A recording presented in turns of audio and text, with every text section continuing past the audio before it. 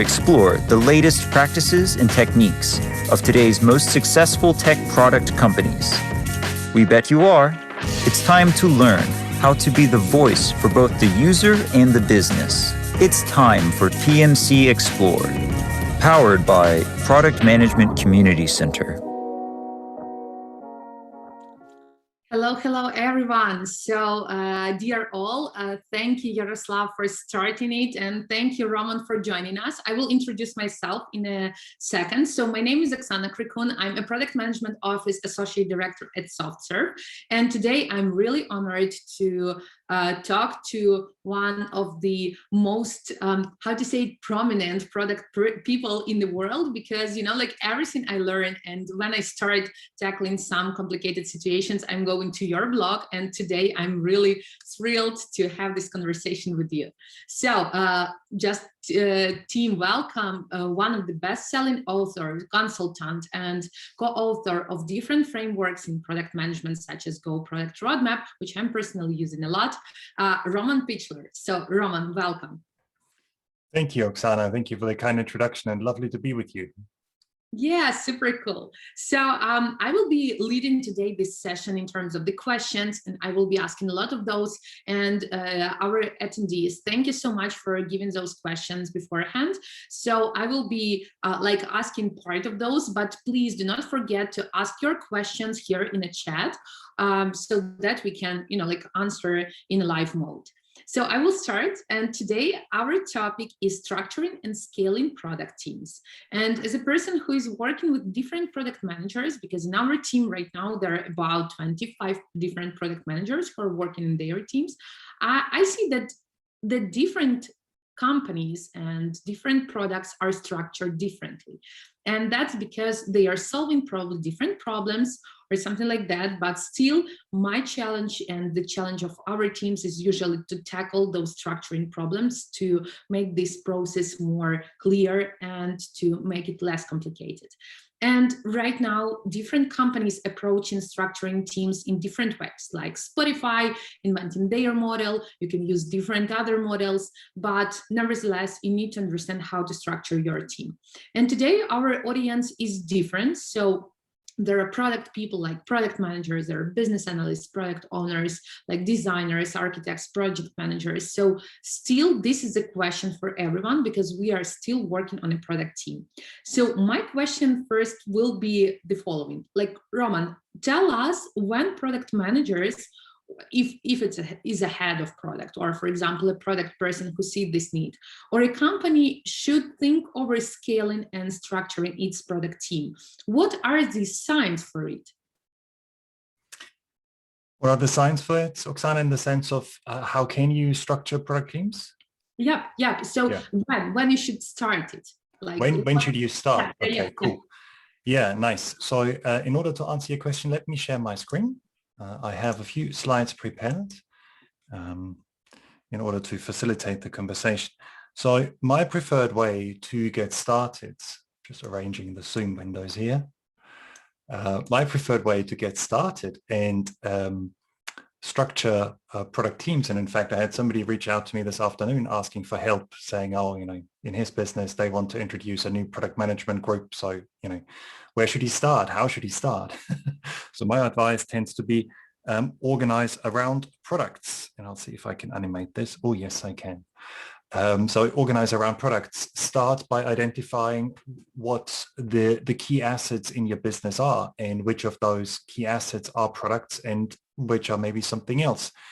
And so for me, a product is something that creates value, tangible value for a group of people, users, possibly customers, in the business, the company creating and providing the product. And so it might solve a specific problem, or it might create a specific benefit, or it might help the users achieve a specific goal, but I have to be able to clearly call that out. And the same is true for the value that the product creates towards the business. The product might directly generate a revenue in the case of a revenue generating commercial product, or it might help market and sell other products, thereby indirectly generating revenue, or it might possibly enhance productivity and reduce or save cost. but not every digital asset, not every software asset is a product. So some software assets are part of a product. They might be features, capabilities end users can interact with, or there might be architecture building blocks like components or layers or subsystems or services or collection of services. So the first question for me is always, what are the products? And a good way to start here is by looking at those products that really help create value for the users and that the users interact with. So, to avoid the mistake of following a myopic approach, thinking, okay, we've got these teams and these teams build these assets, therefore each asset must be a product. So I've seen more than one company making that mistake, but rather ask yourself, why do people come to our business or to our website, or why do people interact with our digital assets? What do they want to get from it? So what's the value they want to get out of it? So, look from the outside in rather than the inside out, and explore the user journeys. Possibly even interview people and ask people, what they're getting out of the collection of assets that you offer. So start with the users and use that in order to identify candidates for products, and then make sure that every product, as I explained, not only generates value for the users, that might also be true for a feature, which is a product part, but also generates value largely on its own for the business. And once you've got these products in place, then you can start assigning people who should be in charge of those products, who should manage or own those products. And in different organizations and different methods and frameworks use different terms. Traditionally, that person will be called a product manager. In an Agile Scrum-based context, that will be the Scrum product owner. And so, as I said, there are different role names to refer to the job of that specific person. But again, for me, it really starts by being clear on, which of the various assets, software assets, digital assets that we have is a product. And once I know this, then I can start organizing around those products.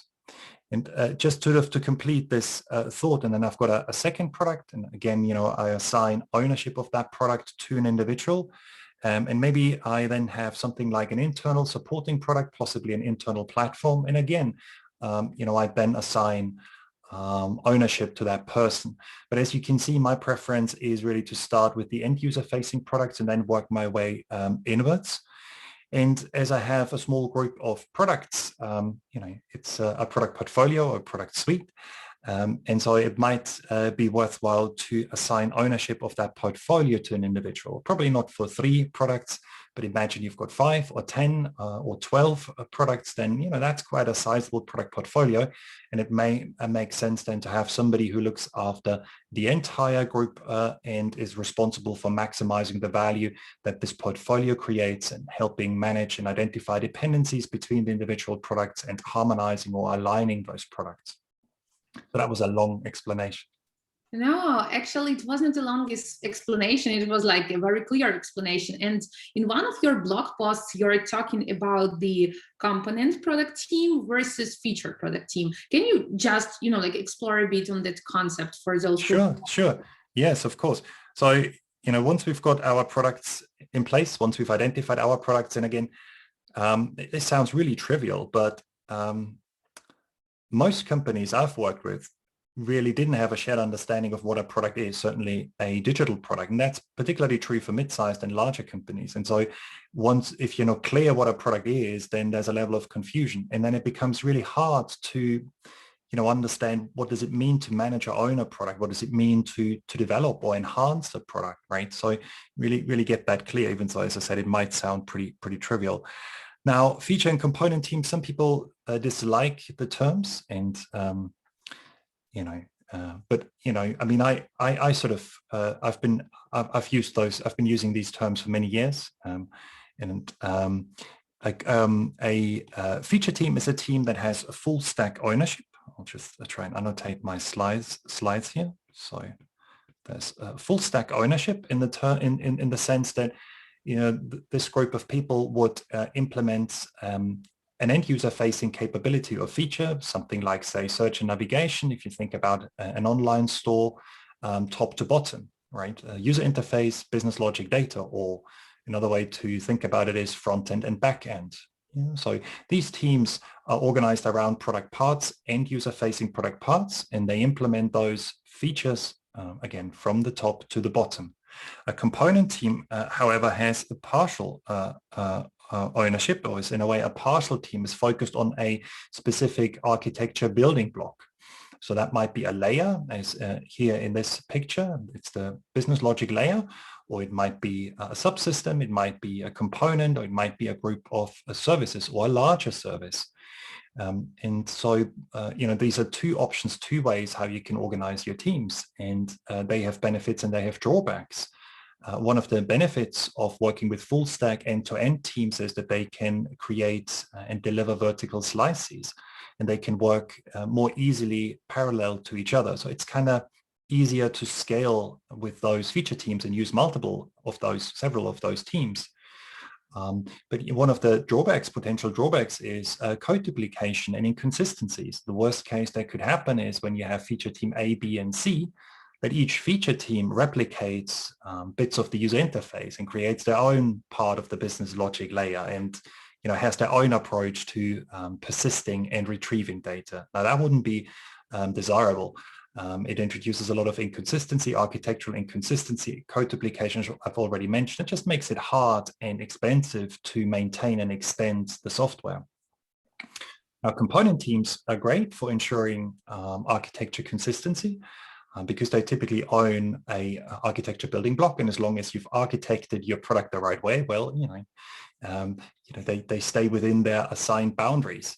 The drawback of component teams is that they sometimes sub-optimize. So, the business logic layer might be working brilliantly, really well, but it doesn't work well together with the user interface and the data layer. And so the end-to-end performance of the entire product is poor.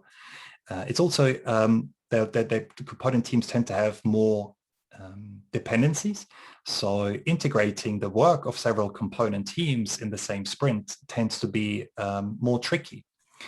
And so my general recommendation is whenever you have a young product or a product that is changing significantly, where experimentation and learning are relevant, where you want to move fast and where you need to adapt, then an end-to-end teams, a full stack team, a feature team is probably more applicable. However, if your product is stable and it's a mature product and you're focusing more on incremental enhancements and maybe bug fixes, and you want to facilitate reuse and architecture integrity and maybe start reducing cost, then component teams that are organized around architecture building blocks may actually be beneficial.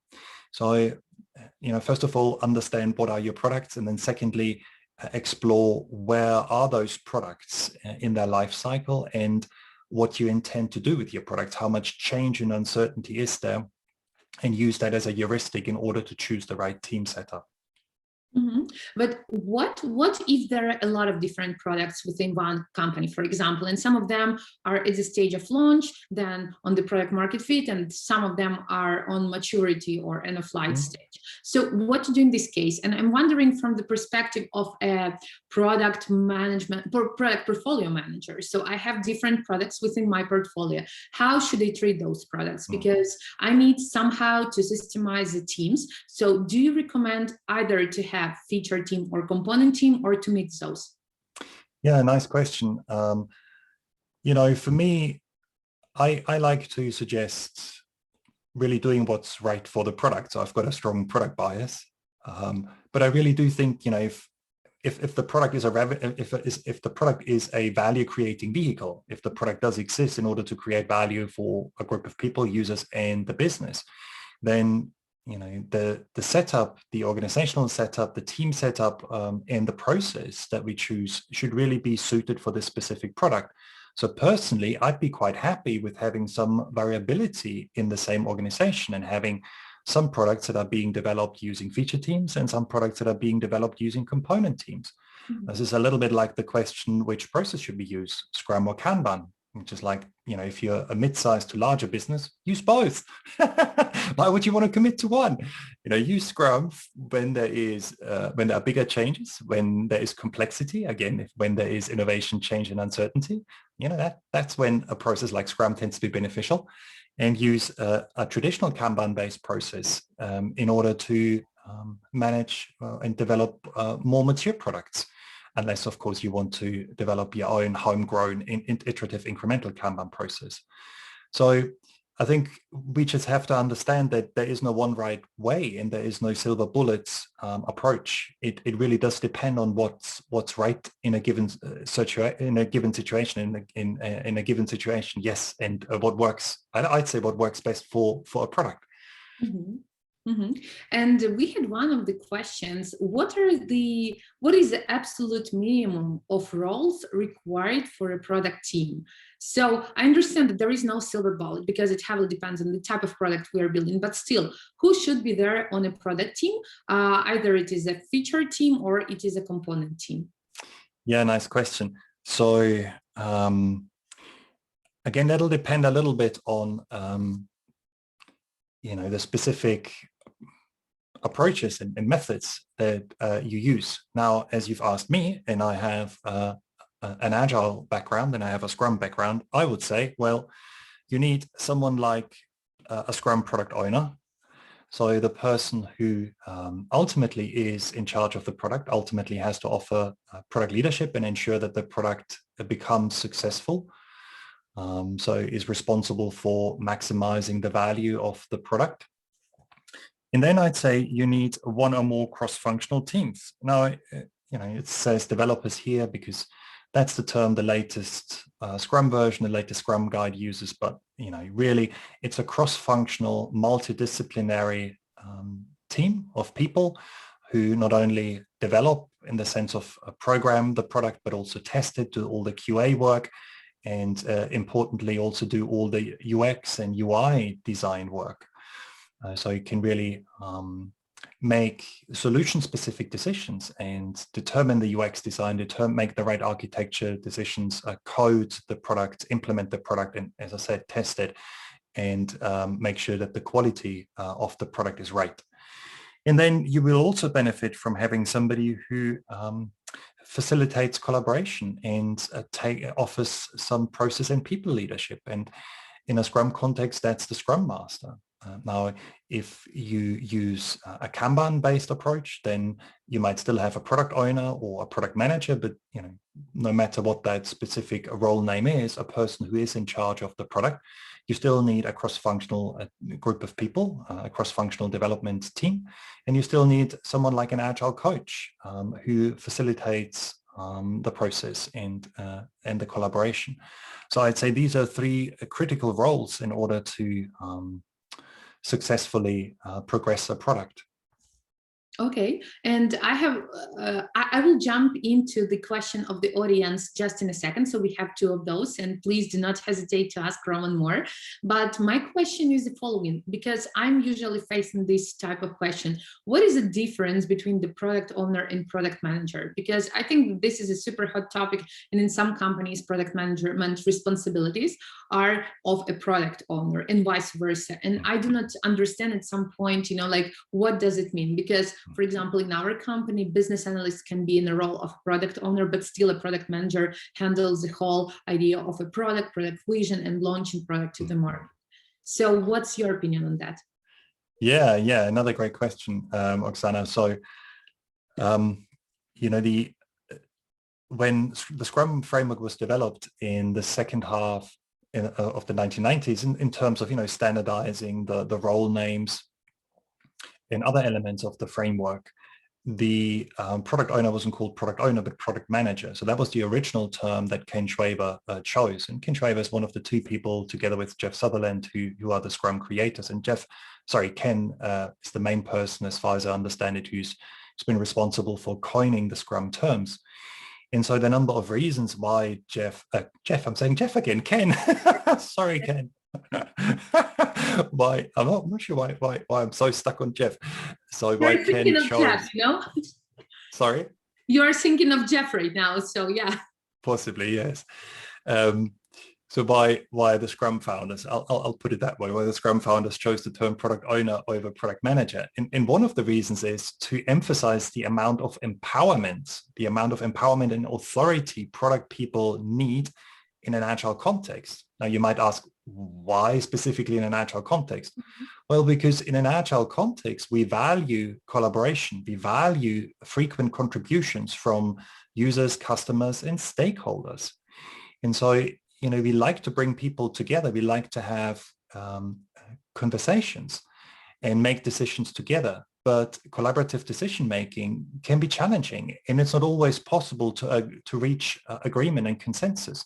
So in such a collaborative environment, it's then important that there is a person who's empowered to make a decision if no agreement can be reached, and equally ensures that the decision-making is consistent. And that is the product owner in Scrum. So, again, the idea is the person who's called a product owner should literally own the product on behalf of the company, right? So that's the authority, that's the level of empowerment the person should have. And then the responsibility and accountability is to ensure that the product does create the desired value. Now, some people kind of, but I think, some people simply aren't aware of this. And there's been a lot of confusion in the past years. What is the difference between a product manager and product owner? And I've always looked at the Scrum product owner as, in a way, the agile product manager. But then there is a agile scaling framework which has become very popular called SAFe, Scaled Agile Framework. And so when you look at this little diagram here, what I've done is I've used a simplified version of Mike Cohen's planning onion. It consists of a vision, a strategy, and tactics.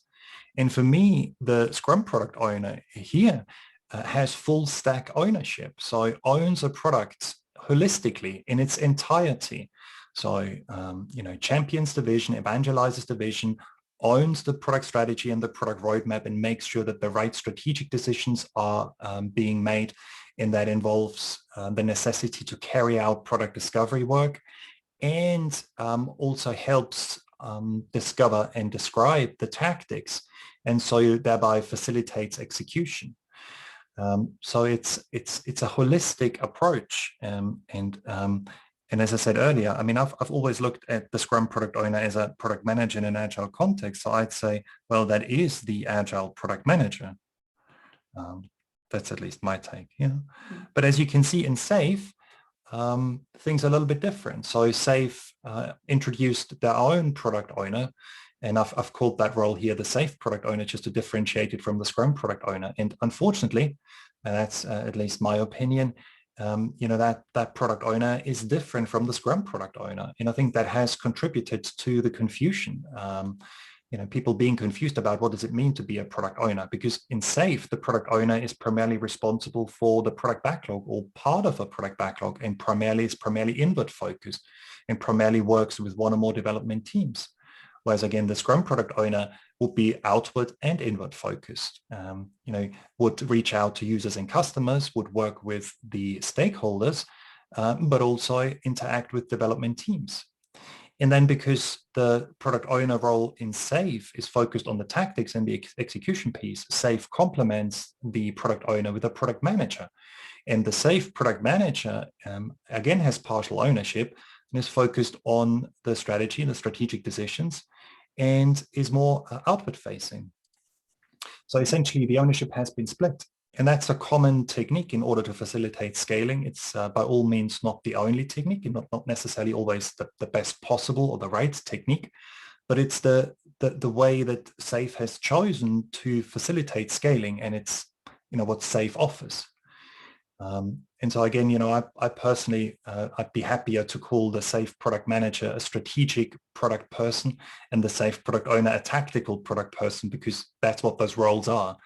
And so, calling one role product manager, the other product owner, I personally, I find that not quite right and confusing.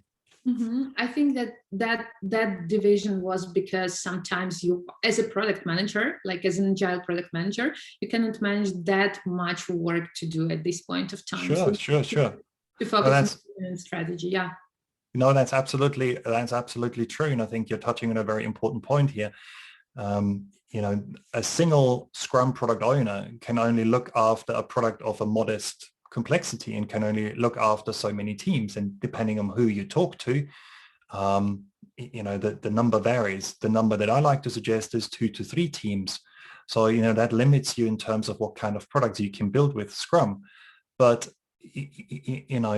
I'd like to say when we talk about scaling that, first of all, it tends to be beneficial when you build a brand new product to keep things small, to minimize the investment and the potential financial loss, because not every product makes it to launch, right? Not every product is released. And then not every product becomes successful and achieves product market fit.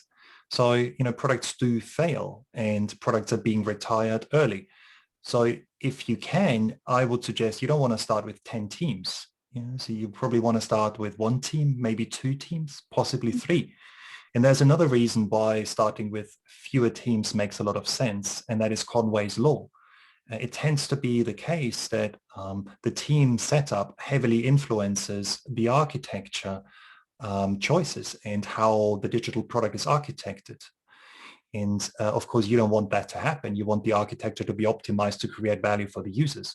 But as Conway showed many years ago, I think in the late 60s, that's just, it's just a common phenomenon. And it certainly, correlates with my experience. I mean, I've seen that happen more than once. So again, it's another good reason why you want to start small. And then as your product is starting to gain traction and you're approaching product market fit, I think around here, then it's a good point in time to think about how can you share ownership? How can you scale up? And then you have 3 options. And so the first option that I'd look at is to divide ownership by identifying features and possibly some components, and introduce what I call feature owners. And so, the scaling framework LES uses a somewhat similar but not quite the same role called the LES area owner, an area product owner.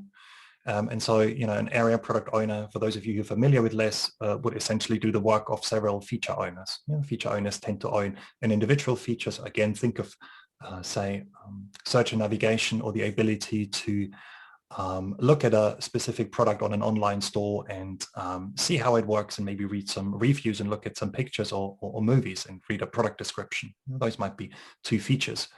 And so you can share ownership by introducing those more specialized owners, those feature owners, and possibly a component owner who then owns a specific component. And you can see the difference here is that the Scrum product owner is still involved in the product backlog work. You do have some specialization, which I think is unavoidable to a certain extent when you scale up. It just happens as part of everything getting bigger. So there's an element of division of labor that we have to introduce, and with that comes some specialization. And then the feature teams, they look after their features, and they're responsible for maximizing the value of their features. And the component owner is responsible for maximizing the value of that specific component. So that would be the first option that I'd explore. The next option, which is often forgotten, particularly in an agile context, and I find that somewhat unfortunate, is that sometimes it makes a lot of sense to split the product. And there are 2 ways how you can do this. You can do what Facebook did quite a few years ago. Was it 5-6 years ago now with Facebook Messenger, when Facebook unbundled the Messenger functionality from its mobile app? Caused quite a big stir back then, and quite a few Facebook users, avid Facebook users, were a little bit upset. What it did is it simplified the Facebook app, and it created a new app, a brand new app, and allowed Facebook then to experiment with it and take it forward. And these days you can do all sorts of things with the Messenger product, including financial transactions. And creating variants is another way where, as the product grows bigger and becomes more feature rich, and as the audience grows and becomes more diverse, you think about introducing specialized versions. So something that YouTube did in recent years with YouTube Premium, for instance, or YouTube Kids, a version of YouTube that's targeted at younger children. Or think about what Apple did with iTunes, finally, for those of you who work on Mac OS. Now, iTunes used to be super important and super successful, super important and successful, yes, super important to make the originally Apple's iPods a success, and then sort of, changed and developed, became more and more bloated, and Apple unbundled the product finally a few years ago on iOS, and more recently they did it on macOS as well. So, two unbundling examples, and then YouTube will be a variant example. So, that's something I'd seriously consider, because the larger and more heterogeneous or diverse the target group, the audience becomes, the harder it will be to offer a crisp, compelling value proposition and a great user experience. And, the scaling option 2 here, these two techniques, they help you address that challenge. And then the third option for me would be to work with, what Save offers as a default, a strategic and tactical product role. So the strategic role would be the Save product owner, the Save product manager, wishful thinking, and the tactical role would be the Save product owner. But personally, what I would suggest is that you use that setup when there is an element of stability, particularly when your product strategy has started to stabilize and is no longer very changeable, very volatile. The reason being is that for this setup to be successful, particularly if you have one Save product manager or one strategic product role filled, and then you have several people who play the tactical role, you have to make sure that people are on the same page and people are closely aligned.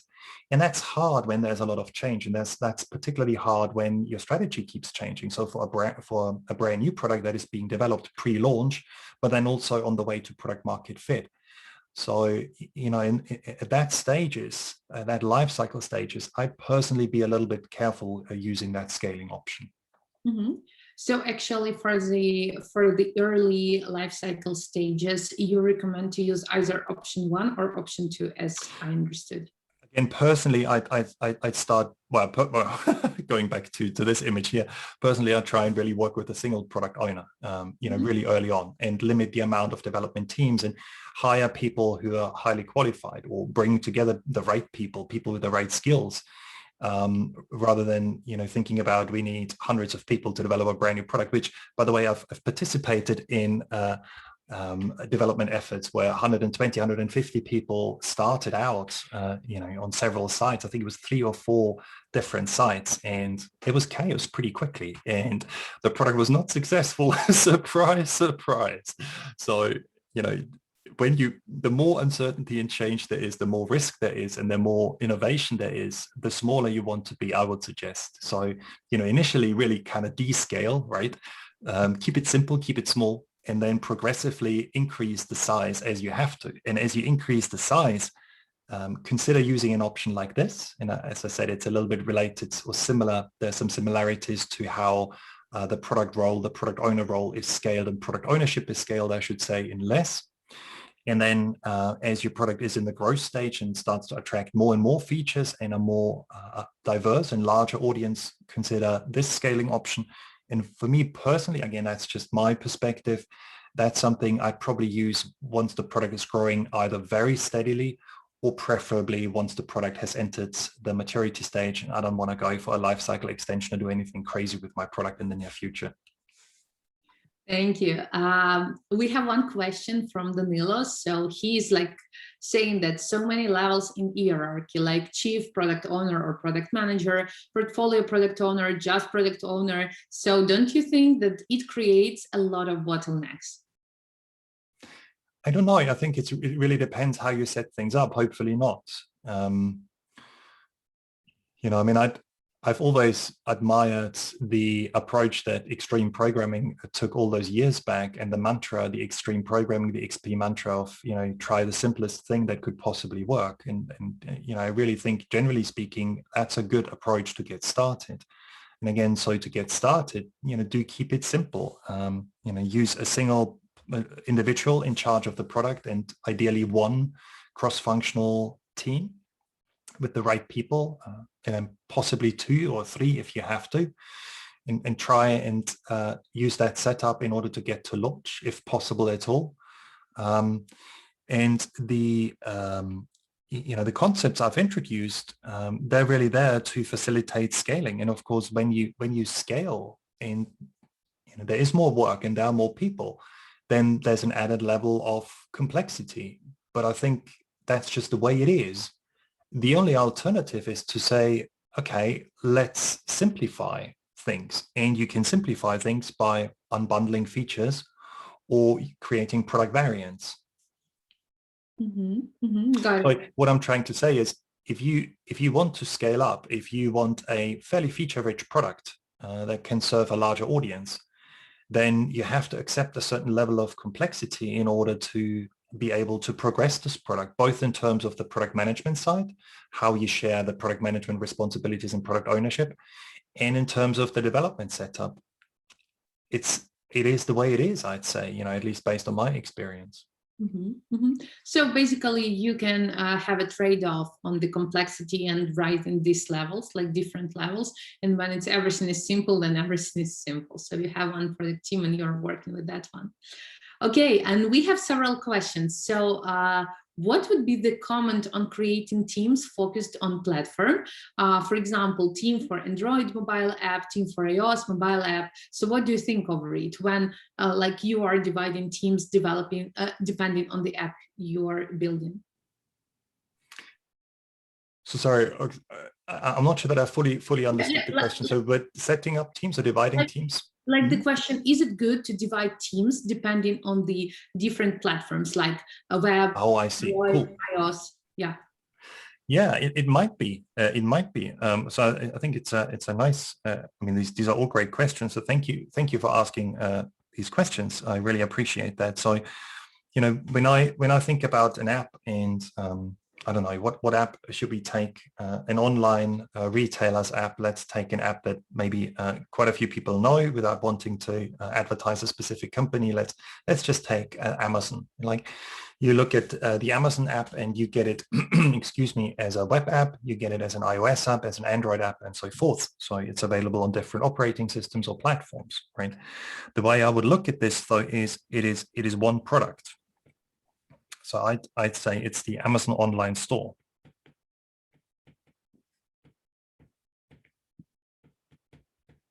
And then we have these different variants. We have an iOS variant. And then we have a web variant. I should make this the 3D, the iOS variant as well. Oops. The web store. And then we have the Android variant, an Android store.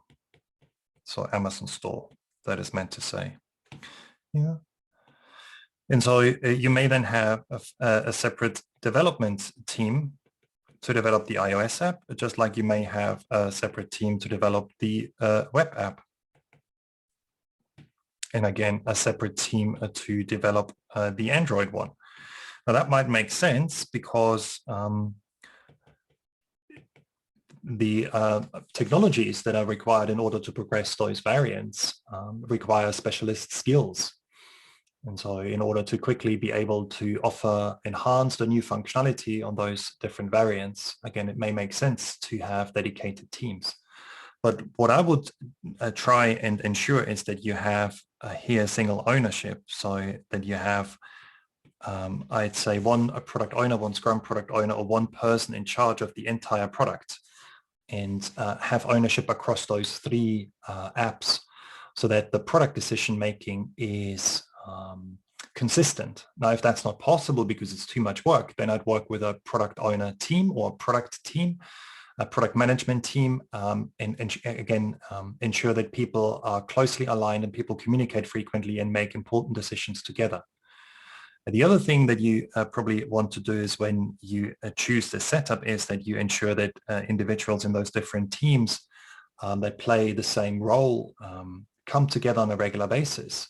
So for instance, the UX UI designers on the iOS team and on the web team and the Android team, they may want to come together, say once every 2 weeks or at least once a month to discuss any UI, user interaction, and generally user experience changes or enhancements that they'd like to make in advancing any standards. And the same might be true of the testers or the people who have a particular interest in architecture, in the software architecture, so that you align the development team so they don't kind of drift apart completely and they do completely different things. both in terms of the user experience, but I'd also suggest in terms of some of the architecture and development practices. Thank you so much. And we have one more question. So you were talking about the Scrum and Kanban, and you said that Scrum and cross-functional teams. So the question is component team in later product lifetime means that Scrum is not good for development then? Yeah, another nice question. Not necessarily. I think I'd look at the question, should you choose a team setup where you have full stack teams that develop vertical slices top to bottom, or should you go for teams that are more specialized and develop the front end or the back end or other architecture building blocks independent of what is the right process. But there's a correlation, funny enough, having said that. So I'm just trying to find the slide. So what I typically recommend is that you use Scrum in the earlier stages of the product lifecycle. And then here are feature teams usually more applicable. And you use a Kanban-based process, at least a linear, sequential, non-iterative Kanban-based process later on when your product has become mature and possibly when your product has started to decline. Yeah. So there's a correlation, but no causality. Got it. Thank you so much for that. And I have one more question. So how to work, so you're scaling your team, you're structuring your team, and how then to work with the product roadmap and product portfolio roadmap, obviously, because you have different teams on with different products on different stages, and you need to put them into product portfolio roadmap, at least under some product portfolio manager. So how to work with that, especially in a case when we have some teams on the discovery stage and some teams on a maturity stage of a product. Yeah, sure. So in a way, I'd start by going back and saying, just looking for my slide. Where's the slide gone? Here. And saying, identify your products, because a product roadmap should describe a product, and every product should be described by one product roadmap. And that is also then, unless we have a setup like this. So what I would do here, I hope that's not too confusing, I'd, in this case, actually work with an iOS roadmap, a web roadmap, and an Android roadmap. So in this case, where we have product variants, I'd use variant-specific roadmaps. And then through those variant-specific roadmaps, you can align the release dates of new or enhanced features across the different platforms, which might be attractive, might be beneficial. So really start by saying, what is the roadmap for each product? What is the journey you want to take each product on? How is the product likely to develop over the coming months, the next 6 to 12 months? And what are some specific outcomes or benefits that you'd like to achieve with your product? What are some specific product goals that you'd like to meet, or that your product should meet? And I'd really capture them. For instance, using a goal-oriented roadmap like my Go roadmap. I think I've actually got a template here. So the point here is not to persuade you to use this specific template, even though Oksana kindly already kind of mentioned it in the introduction. But it doesn't really matter which template you use. In my mind, I think what's helpful to understand is, what's the idea behind a goal-oriented roadmap, and when are these type of roadmaps particularly useful? And the idea behind such a roadmap is to first and foremost focus on the goal or the desired outcome, the desired benefit that your product should create, and ask the question, why is the product being developed? Why is the product being enhanced? Why is the product being progressed? What do we want to achieve with this? Rather than saying, we need to implement these features, or we need to deliver these pieces of functionality. I mean, you can see there are features on there as well. But I mean, first and foremost, it's really understanding what's the specific value we want to create. And, each goal, I typically say, should be tied to a time frame of, say, 2 to 3 months. It might be shorter, it might be 6 weeks, it might be longer, 4 to 6 months. But I find that 2 to 3 months tends to work quite well for most products. And then talking about timeframes and dates, for internal product roadmaps that facilitate the development and align the development teams and the stakeholders. So for internal roadmaps, I like to capture dates or timeframes because I find that often there's an important trade-off decision between fully meeting a goal and fully achieving the desired outcome or benefit, and doing it on time in a timely manner. What is more important in order to achieve product success? And in order to make that trade-off decision, anticipate that decision, I like to show dates. And then metrics here are there to ensure that the goal is specific and measurable. So I think on a product roadmap, those benefits, those goals, those outcomes should be described in such a way that you can clearly tell if you've met a goal, if you've achieved the outcome or not. And then you can include those metrics in your set of KPIs, your set of key performance indicators. And then I still personally like to work with some features on the product roadmap, but really limit the amount of features, keep them very coarse-grained, very high level, just big product capabilities, no epics, no user stories, no details. And they should be in the product backlog. And also ensure that the features really support the respective goal. So the features exist to, give a rough understanding what is likely to be required, necessary in order to create the desired outcome. So they always have to relate to those goals. And then if meeting the goal results in something like a bigger release or a new product version, you can then give that version a name. Think of some cool Android names. I like them. I think they're cool, like jelly beans and marshmallows. I think that was a while back, but I still like those names. Super cool. So, I've heard that some teams are calling their, like if they are fans of Star Wars, they are calling in different, like characters, and the same with Lord of Rings and somebody else. So you can select your name of the release if you would love to. Yeah, nice idea. Nice idea. And so, the reason that I thought I'd mention a goal-oriented, or, some people prefer to talk about an outcome-based product roadmap. So for me, the two terms are synonymous. I use them interchangeably. The reason that I thought I'd mention that is because I feel that leads to more fruitful, focusing on a goal or outcome leads to more fruitful conversations with stakeholders and development teams rather than debating individual features. So once we've established the goals and a sort of narrative and sketched the journey we want to take our product on, it then becomes easier to understand if some ideas for new or enhanced features or feature requests, if they fit, if they make sense or not. And then you can also use these goals in order to focus and guide and govern your product backlog.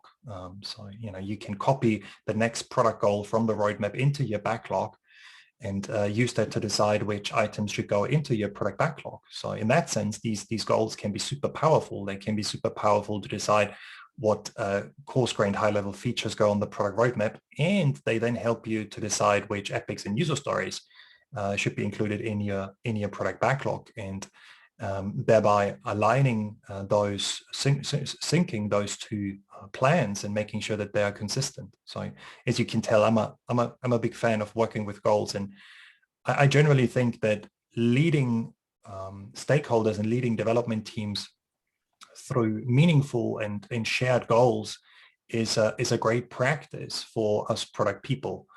We lack what's referred to as transactional power. We can't tell the stakeholders what to do. We can't tell the development team members what to do. And usually we're not in a position to offer any incentives, any pay rises or bonuses. But, we rely on their goodwill and their support. And so by involving them in choosing the right goals and in establishing helpful goals, and that's a great way how we can align them and how we can guide them, and make sure that what the different teams do and what the different stakeholders do all comes together and results in the desired outcome and hopefully a great product. Totally agree here, because the right goal at the very beginning will set up the tools and the actions you will take in order to achieve these goals. And what I saw from my experience when you're working with clients, the goal setting part is one of the most crucial, because in this way you understand whether you're reaching something or you're doing something which is not useful in the end. So yeah, thank you for commenting on this. And I have a question. So Alex Osterwalder, and remember his, like value proposition canvas, and he has this part of the products and services. And today we're talking a lot about the products and product teams, but some products are structured in a way where they have the services part. So we're not creating, like tangible feature or some digital functionality, but still we are creating some services on a consulting, or for example, adjusting some products specifically to this client. So how to input this service part into this product team structuring, or just to put it apart and, like to talk to those service team on some occasions? Yeah, another great question. So I'm not a specialist when it comes to services or service design in any way, but as a practitioner, I have services that generate revenue. I've got a few products that generate revenue, even though not quite as much as my services. And I've got little products that and bigger products that directly or indirectly advertise my services, and so interact with my services and support those services. So, looking at my small business, it's mixed. I've got services, as I said, and I've got various products, revenue generating products and supporting products. But in my practice, in my work, I don't really formally differentiate between a service and a product. I very much approach my services as I would approach a more traditional product. So, for each of my services, it's important to me to be able to say, what is the value that service provides for the users and for any customers, if there's a customer, and what is the service that, the value that the service provides for, in this case, my business. Who are the users, who are the customers, and what makes the service stand out? How is it differentiated? So, how is, say, in my case, a training course or a workshop or a consulting offering, how is that differentiated from other similar services that are out there? What makes my service stand out, if anything? And so, these key questions that I've just asked, for me, these result in determining a strategy, a high-level strategy for a product or a service. And again, I don't think it matters if it's a tangible product or, in a way, an insubstantial service, in the sense that a service needs to be instantiated typically by a human being in order to be able to generate revenue. You have to essentially answer, I'd argue, the same questions. And so it can be very useful then to have a roadmap for your service. And if you call it then a service roadmap or a product roadmap, I don't know if that matters that much, but I'd very much apply exactly the same principles that I've briefly mentioned earlier, and again, try and establish specific goals, how to enhance my service, what I want to achieve with my service.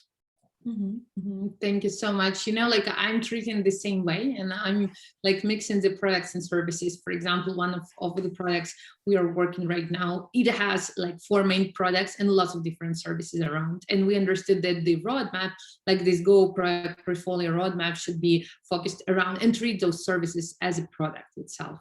So yeah, it works for us at least. And I have a question concerning the pitfalls, because we were talking about how to make it right, but what can go wrong when you're structuring your product team and scaling the product team? Top 3 things or something like this so what's going wrong with that? What's going wrong? I guess many things can go wrong, but I'd like to touch briefly upon something I mentioned earlier, which is referred to as Conway's Law. So I think, if I remember correctly, but I'd have to look that up. In 1968, I believe, a computer engineer called Melvin Conway published an article where he described an observation. And so I think he participated or observed the development of a new compiler. And that was done by, I believe, 2 teams. And the resulting main structure of that new software product, the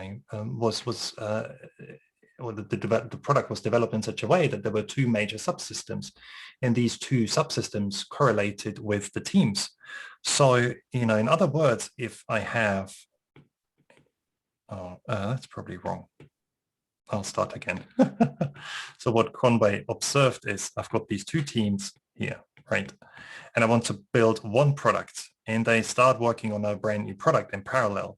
then what he found, and I mentioned earlier that very much correlates with my experience, what I have found is that there is an isomorphism, you could say, between, I know this sounds quite, anyway, there's a structural identity, a close similarity between here, how the product is structured and how the development effort is organized, the organization. And so that's a real challenge, because then you end up with a software architecture that's optimized for the people who built the software or the current version of the software, but it's not optimized for the job that the product should do for the users. It's not optimized for creating value for the users. And that software architecture may actually be difficult to extend, and it may be then difficult to enhance and grow the product. That's something I'd be really careful with. And again, a good way to avoid this is to grow slowly. So there's a concept that I know as organic growth, which has been around for a long time. And so the idea is that you grow like a plant grows. You start with one team, one cross-functional team, particularly when you build a brand new product. But I would suggest that the very same thing is true when you enhance an existing product and you build a brand new feature. Again, then I'd put together a new team for this feature, even if the feature will require several teams to build in the future. And then once you have started to implement some high-risk product backlog items and a very initial product increment has become available, then I'd split that team and add more people to the team. Mm-hmm. And then consider doing the same thing again if that's necessary, right? And that way your product grows organically. And so there's a good chance then that the people who are added to the development effort are being phased in, and that knowledge is passed on. And that's a good way to minimize loss of knowledge. And it's also a good way to counteract this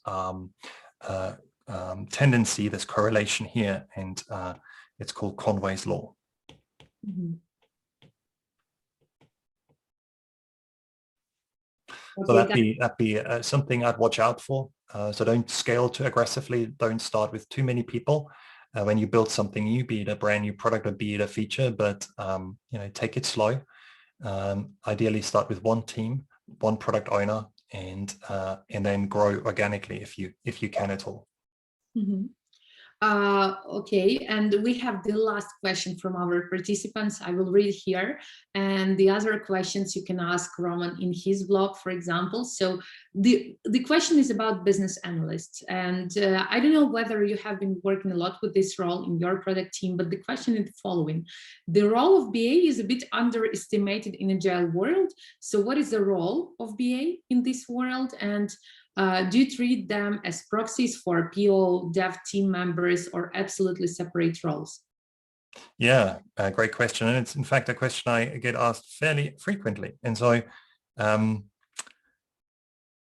of the challenges I think with the business analyst role is that it's, oh no, that's the wrong one. Sorry, that's not what I wanted to show. That's not what I wanted to show. That's not what I wanted to show. Where's it gone? Here. One of the challenges with the business analyst role is that it's tends to be a fairly specialized role. So I know the business analyst role from working with banks and insurance companies, where business analysts would typically elicitate and gather requirements from the various business units, the various stakeholders, and then compile something like a requirement specification, and then ensure that the development teams who would then program the software understand the requirements sufficiently. In some organizations, the business analysts also help with some high-level architecture decisions. But I also have a friend who works as a business analyst in the oil industry. And the role that he's played, I'd say, is very much the role of a product manager. So it does vary a little bit how the business analyst role is applied, but often business analysts are quite specialized, as I tried to describe initially. And in an agile context, working on requirements, working on product backlog items is no longer done by a single individual, but it's a collaborative effort, it's teamwork. So say in Scrum, the Scrum product owner would work with the development team members, or at least development representatives, on a regular basis on the product backlog in order to analyze any new data and feedback, and draw the right conclusions, and then remove items from the backlog, adjust items, add items, and break down bigger items into smaller items. So that's a collaborative effort. There is no single business analyst who would do that. And so what can business analysts then do? Now, one option is to work as a team member and become a member on the development team, but then the role changes and it becomes broader, because, you know, team members are expected to pick up different tasks depending on what is necessary. And the alternative would be that the business analyst becomes a product or a feature owner. And often that's a good path. But again, depending on how the analyst role is currently implemented, applied, that might be quite a change. So, you know, somebody who's currently a business analyst who's currently focused more on requirements elicitation and engineering description, and you know, helping manage a product backlog, has probably then to learn more about the commercial side, certainly of a revenue generating product, has to learn maybe more about stakeholder management, has to learn about product discovery, and probably about product strategy and product road mapping practices. I mean, that's all not rocket science. I'm just saying that, you know, that may be quite a change, and, you know, you may then take time to, you know, grow into that role, and you may need some support. You know, you may need time to self-study, or maybe, you know, attend some form of training, whatever that might be. So yeah, that might be a more or less significant change. So those are two core options that I've come across, and you know, that I can suggest. So in the later option, as I understood, this business analyst is like transforming to a product manager in the long term. Yeah, in a way you could say. I mean, here in the second option, the business analyst really is a you know, plays a proper product role, proper product management role. You know, or, you know, yes, that's at least one way to put it. What I would be careful with is a setup where you have the person in charge of product,